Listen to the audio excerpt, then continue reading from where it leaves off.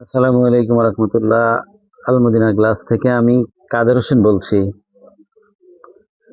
আমরা এখন যে কাজটি আপনাদেরকে দেখাচ্ছি এটি হলো নিপা গ্রুপের কেসি ইন্ডাস্ট্রিয়াল পার্কের মেইন গেটে। এখানে ওই যে ঘাস দিয়ে নিপা গ্রুপ লিখেছে, এটাকে আমরা ব্যারিকেড দিয়েছি যেন কোনোভাবে নষ্ট না হয়।